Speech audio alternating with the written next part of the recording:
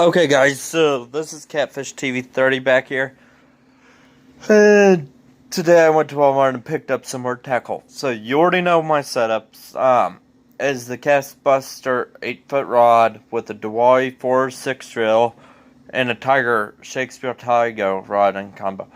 Well, I switched out the spool for a Mudville cat spool, which works way better. It's all metal. And then I put the 20-pound monofilament.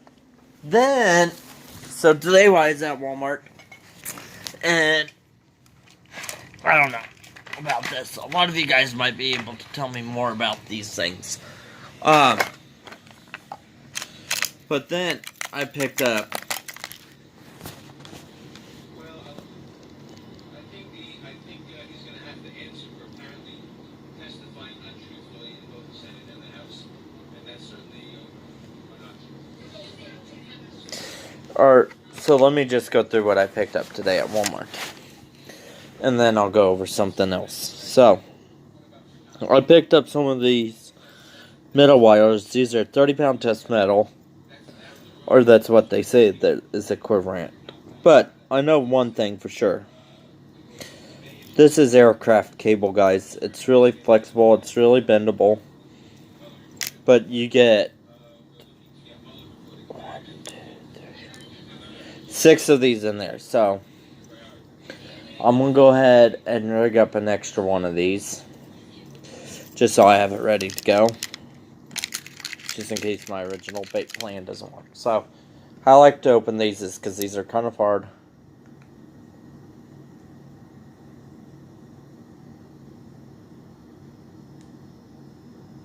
Right like that.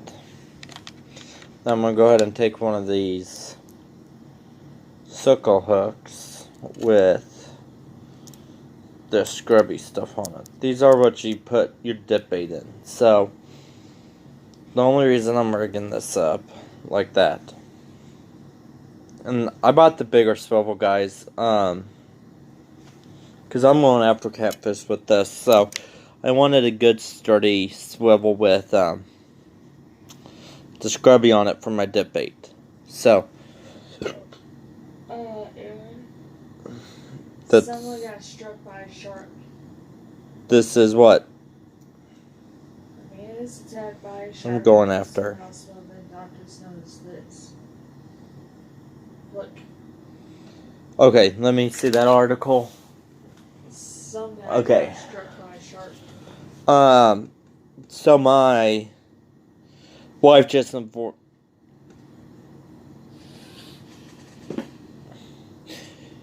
So this guy just informed me that a shark was struck a guy who had a tumor.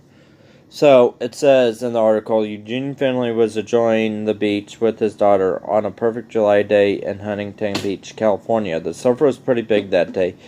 Finley said 39. The waves were about 7 to 8 feet. 7 to 9 feet, and the water is pretty deep.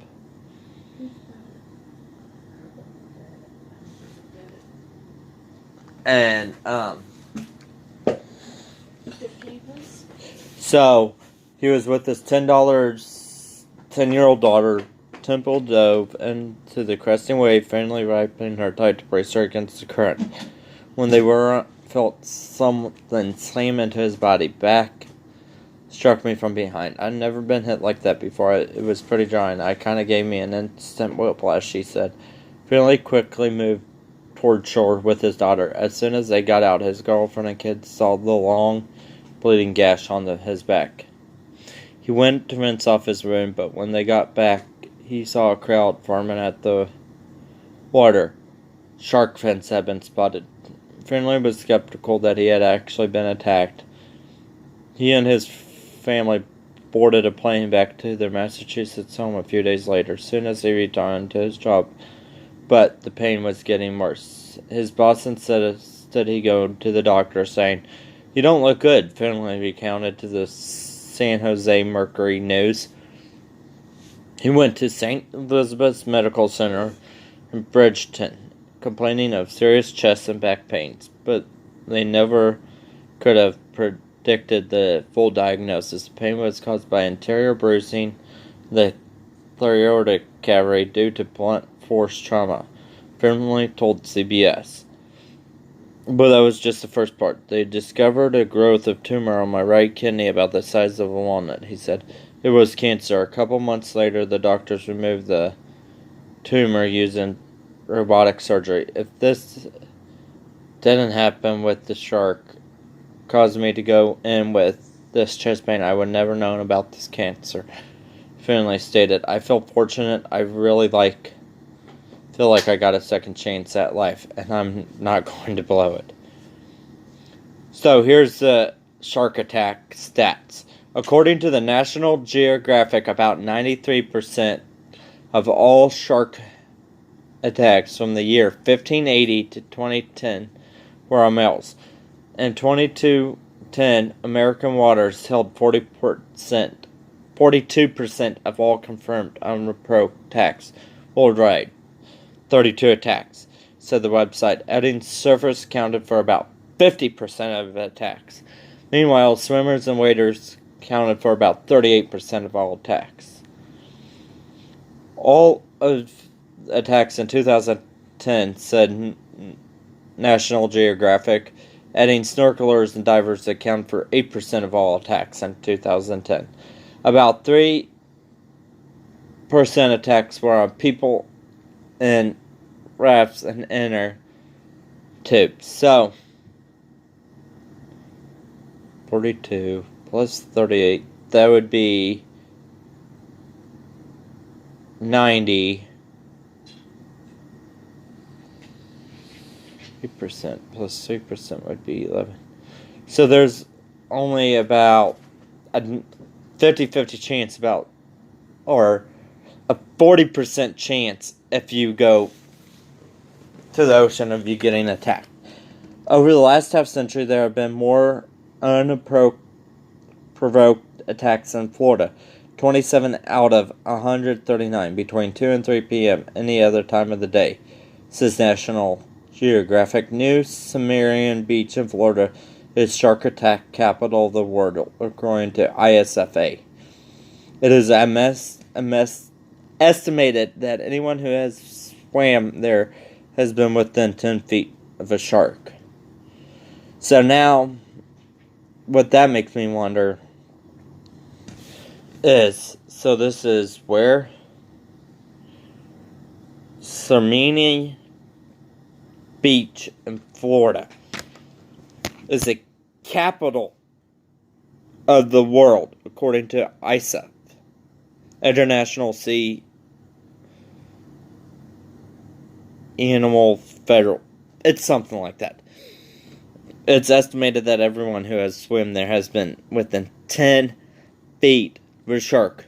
Okay, guys, I cast an 8-foot rod. So, two more feet on top of my rod is, this is probably a foot. So add 2 feet, add another one of these right behind here. So if it's this long, okay, so if it goes from there to here, that's 1, 2. That's 2 feet, guys. Just to show you what 8 feet looks like, is from down there all the way over there at an angle. So now imagine adding about this much more.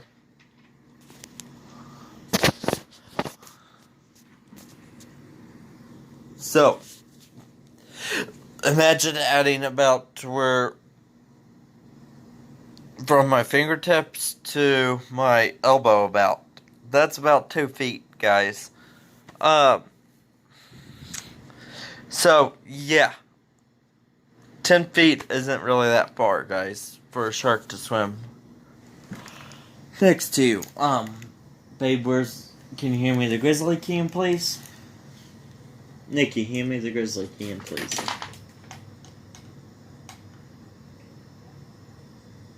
I just need to get a little. Okay, so now back to my original thing. So that's how this goes with one of the baits I'll be using. It's called I'll show it to you, but this is just a single circle hook. It's in a little tube, and the dough bait gets all over this, and I can cast it out, and it puts off a scent trail. And it's got a little hook here, so yeah, that looks really good. So I'm gonna try that for catfish this weekend. Let's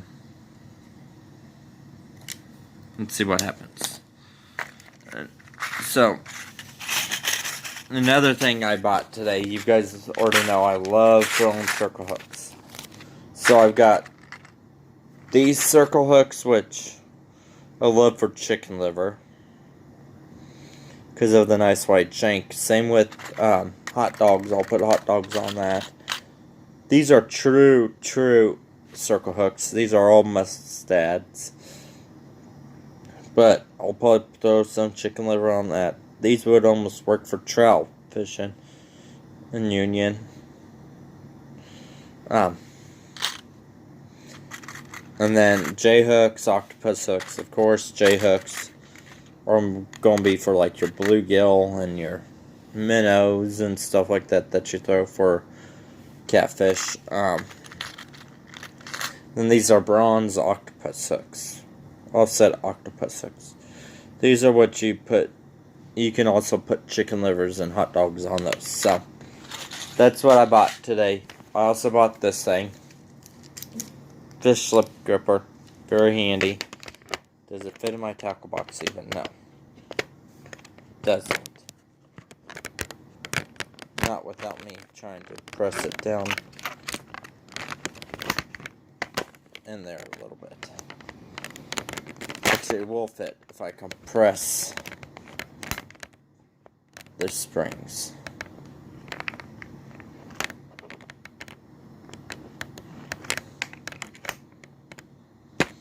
So, anyway, that's what I bought today. So now let me have my sticker. That goes back over my hook tray, and that goes back over there. And then I've got all my treble hooks on wire, everything else on wire. But that string can go in here like this. Just lay it in there. Like that. So let me have my other 3 hooks. Things.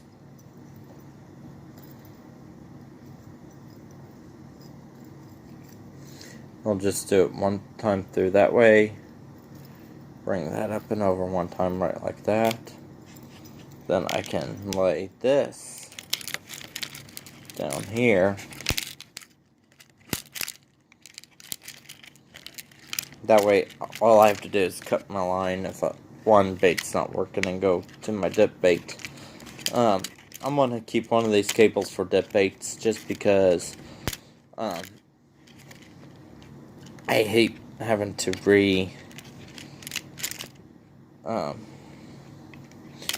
once you get a hook with dip bait on it, it kind of stinks, and I don't want to have to keep messing with it. But anyway, like I said, those are 30-pound leaders. Get this main clip on there, then get this one, then get that one. So, anyway, that's my goal plan, to throw a few different baits out there and see what works and what doesn't for catfish. And man in my tire. But let me finish going over what I bought today first before I'm back. The other thing I bought is this Hog Wild catfish dip bait. And you're supposed to do a swivel, mainline weight, swivel, leader line.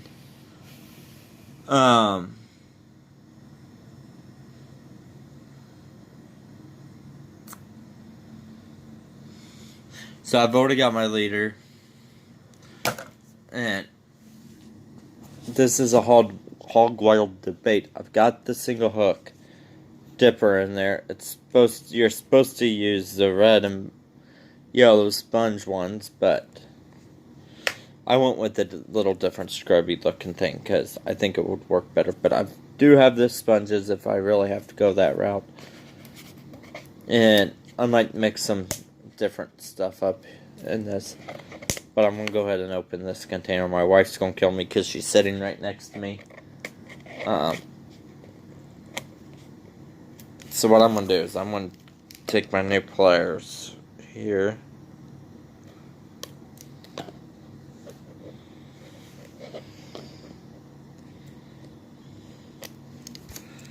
Okay.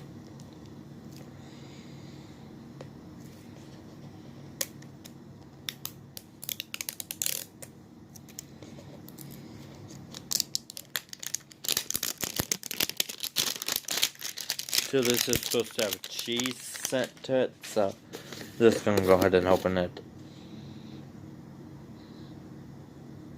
That doesn't smell bad. Nikki, does that stink a little bit? My wife just covered up. She's gonna kill me for making her smell dip bait, aren't ya? You're gonna make me kill me for making you smell this, aren't you?